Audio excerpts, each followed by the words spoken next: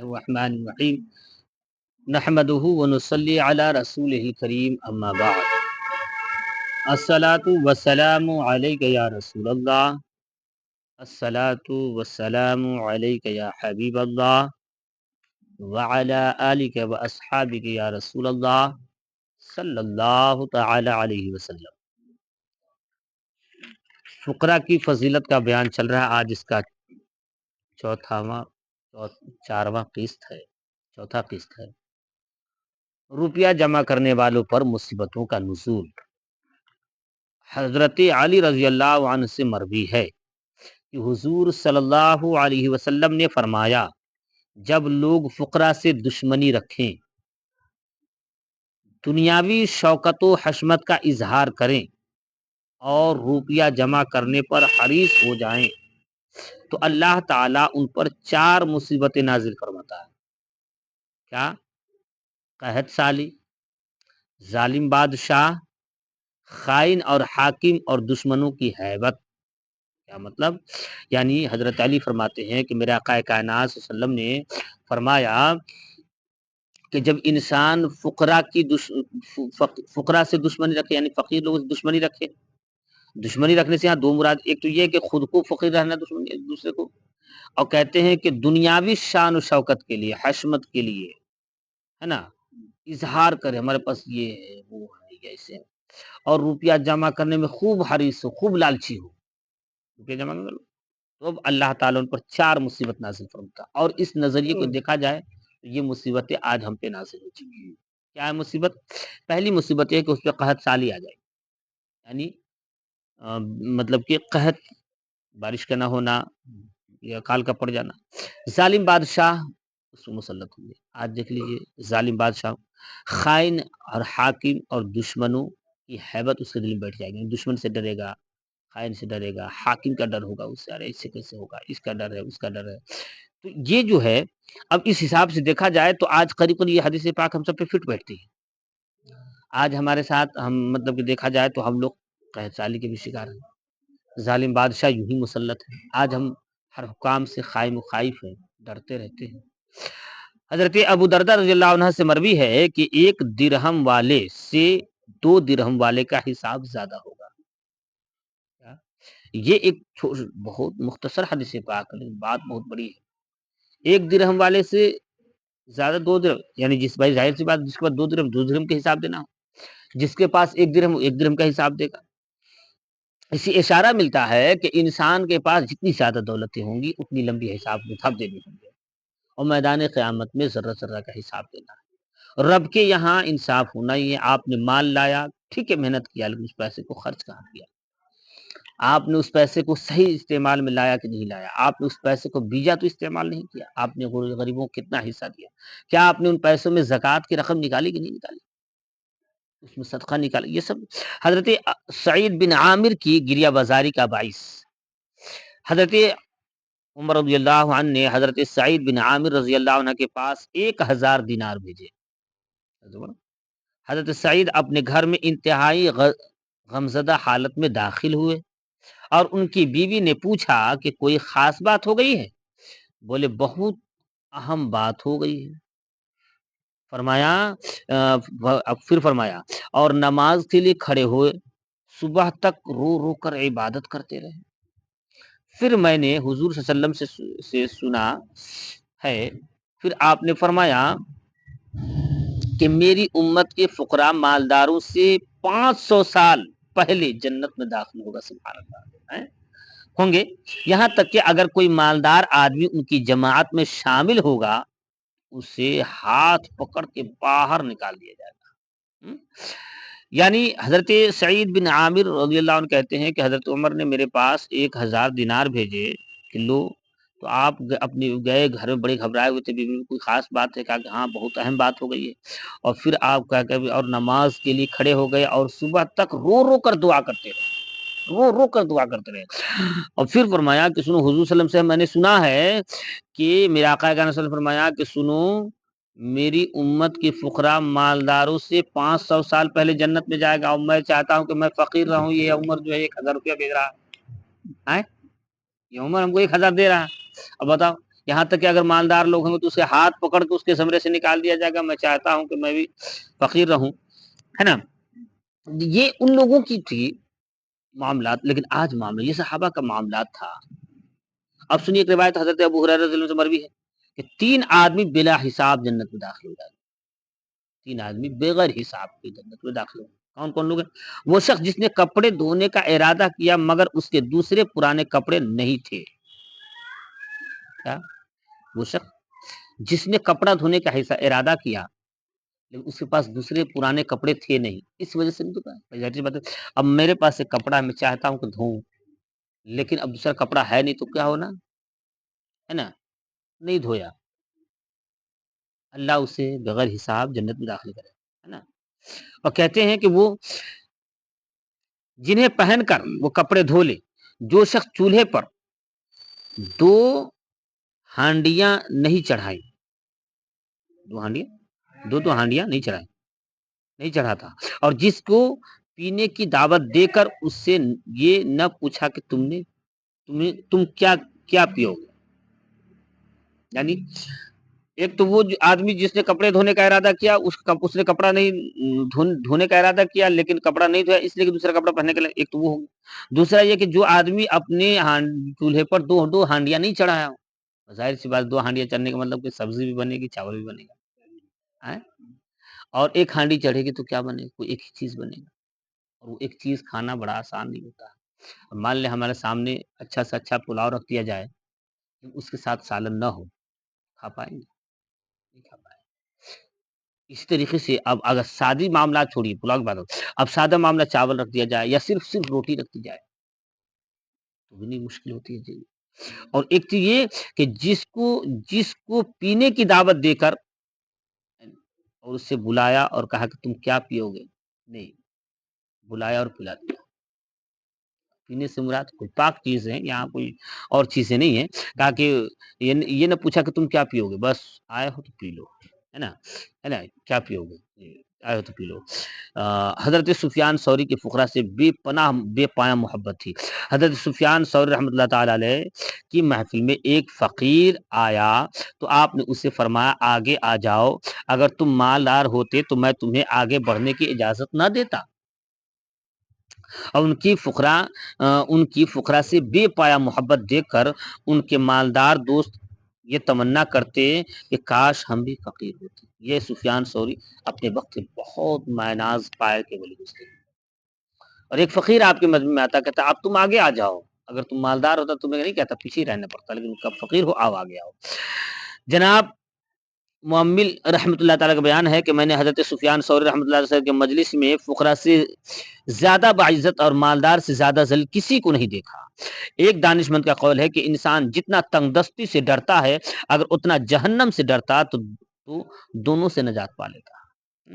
اور جنتی اور جتنی اسے دولت سے محبت ہے اگر جنت سے اسے اتنی محبت ہوتی تو دونوں کو پا لیتا. ظاہر میں لوگوں سے ڈرتا ہے، اگر اتنا باطن میں اللہ تعالیٰ سے ڈرتا تو دونوں جہاں میں سعید شمار ہوتا.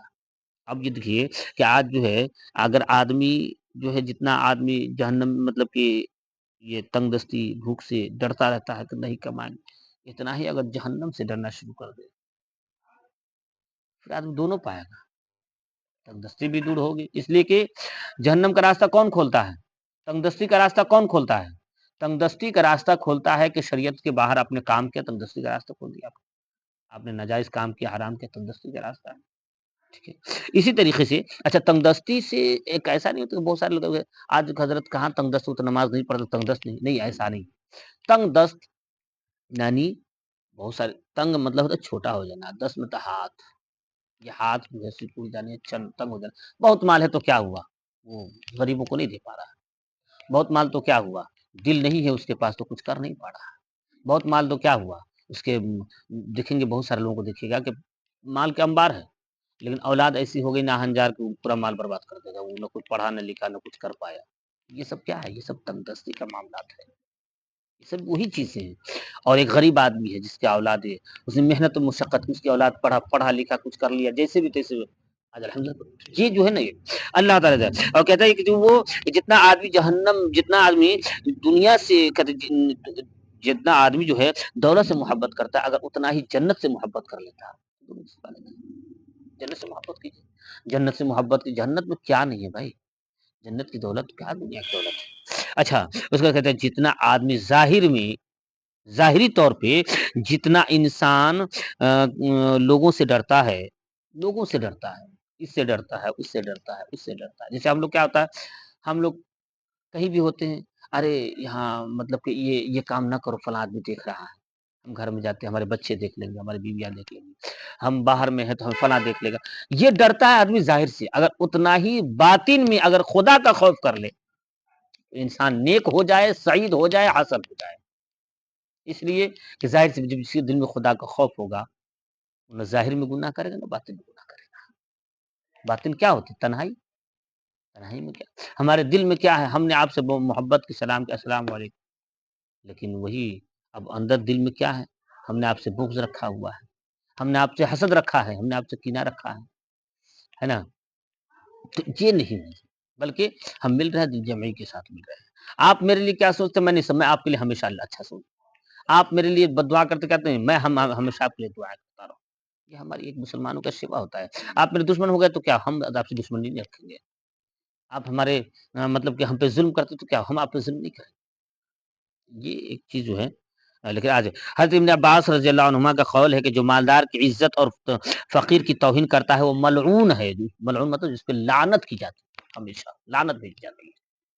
جو مالدار آدمی کی عزت کرتا ہے اور فقیر آدمی کی توہین کرتا ہے، اگر اس نظریے کو دیکھا جاتا ہے کیا ہوتا ہے، میں نے ایسے ایسے لوگوں کو دیکھا کہ اپنے رشتہ داروں سے یہ کہتا، میں نے سنا کہ رشتہ داروں کو یہ کہہ رہا تھا میرے سامنے، مطلب مطلب اس کا رشتہ دار نے مجھ سے کہا، مطلب کہا کہ جانتے ہیں ہمارا بھائی بینک میں جاب ہو گئی، اچھا پیسہ ہے اس کے پاس، والد صاحب نے دو شادی کی،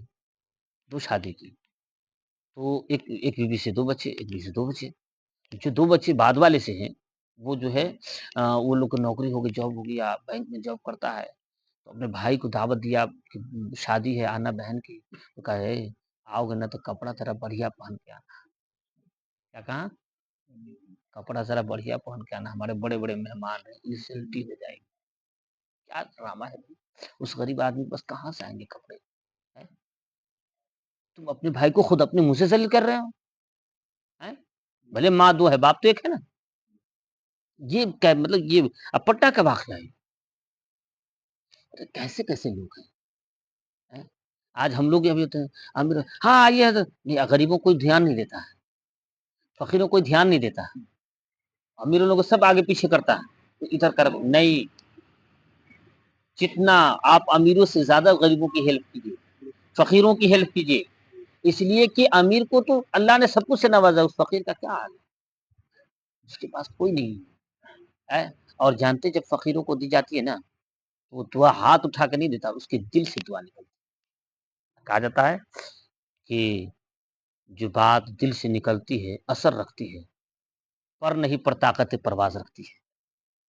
آپ کسی غریب کو کچھ مت کیجیے، اگر روڈ پہ سویا ہوا ہے اس کو لے کے جائیے، کوئی گرم گرم سامان کچھ کھلا دیجیے، دیکھیے اس کو کتنا خوش ہوتا ہے وہ، اور خوش ہو کر بڑی دعائیں دیں گا، آپ کو چہرے کی بلائی لے گا۔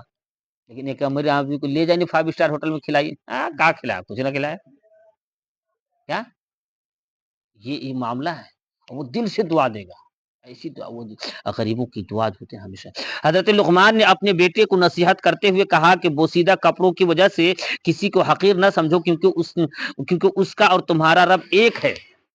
لقمان نے اپنے بیٹے سے نصیحت کیا کہا کہ کسی کا کپڑا پھٹا ہو، پرانا ہو، بوسیدہ ہو تو اس سے تم حقیر نہ سمجھنا، چھوٹا مت سمجھنا، اس لیے کہ تمہارا بھی پالنہار وہی خدا ہے اور اس کا بھی پالنہار وہی خدا ہے، دونوں کا خدا ایک ہے، دونوں کا رب ایک ہے، رب مطلب پالنہار، دونوں کا پالنہار ایک ہے۔ اس لیے کبھی آپ کسی کو یہ نہیں کہ وہ چھوٹا ہے ہم بڑے ہیں، وہ ایسا نہیں، آپ بیٹھیے تو، اس لیے میری سرکار کے ایک حدیث پاک ہے کہ جو اپنے لیے پسند کرو وہی ایک مومن بھائی کے لیے پسند کرو، لیکن ہم اپنے لیے کیا پسند کرتے ہیں، کھانا تازہ ہو، اور مومن بھائی کے لیے کیا پسند کرتے، غریب کے لیے کہ باسی کھانا ہو تو اٹھا کے دے دو، یہ جو ہے نظریہ ہے۔ حضرت یحییٰ بن معاذ رحمۃ اللہ کہتے ہیں کہ فقراء سے تمہاری محبت رسولوں کی صفات میں اس سے ایک صفت ہے، ان کی مجالس میں ان کی مجالس میں آنا نیکوں کی اور انسی دوستی سے دور بھاگنا منافقوں کی علامت ہے۔ کیا حضرت یحییٰ بن معاذ کہتے ہیں کہ فقراء سے محبت اگر کرتے ہو تو یہ جو ہے رسولوں کی صفتوں میں سے ایک صفت ہے۔ کیا ہے؟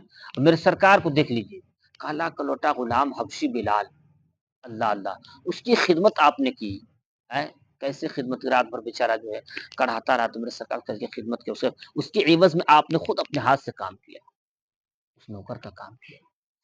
سلمان فارسی کہاں فارس سے آیا، بے یار و مددگار تھا، سرکار نے سینے سے لگایا ہے۔ زید بن حارث کون ہے، سرکار نے اسے بیٹا قرار دیا، اور جب زید بن حارث کے ماں باپ کو پتہ چلا تھا تو آیا، آنے کے بعد کہتا ہے یا رسول اللہ آپ کے پاس میں نے سنا کہ میرا بیٹا ہے، میں لے جاؤں؟ تو میرے سرکار نے بیٹا سے پوچھ، اگر جاتا ہے تو لے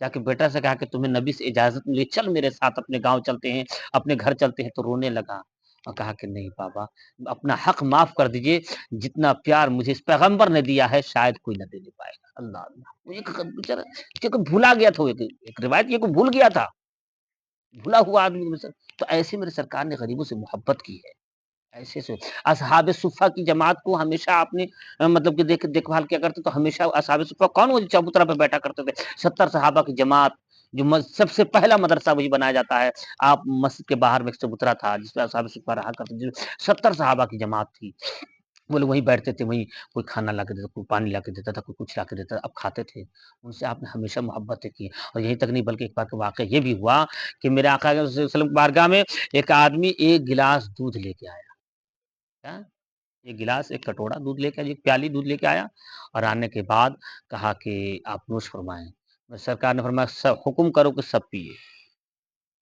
اشارہ فرمایا سرکار نے، تمام کے تمام اصحاب صفہ پیے، شکم سیر ہو گئے، پیٹ بھر گیا سب کا، لیکن دودھ کٹورا میں اتنا ہی تھا جتنا پہلے پڑا ہوا تھا، سبحان اللہ، سرکار کی محبت تھی بھائی۔ اچھا یہ بھی نہیں کہ سب کا کٹورا گلاس الگ الگ تھا، نہیں، سب اسی میں منہ لگا لگا کے پیتے تھے، سرکار بھی اسی میں منہ لگا کے پیا، اللہ اللہ، کتنی بڑی بات ہے بھائی۔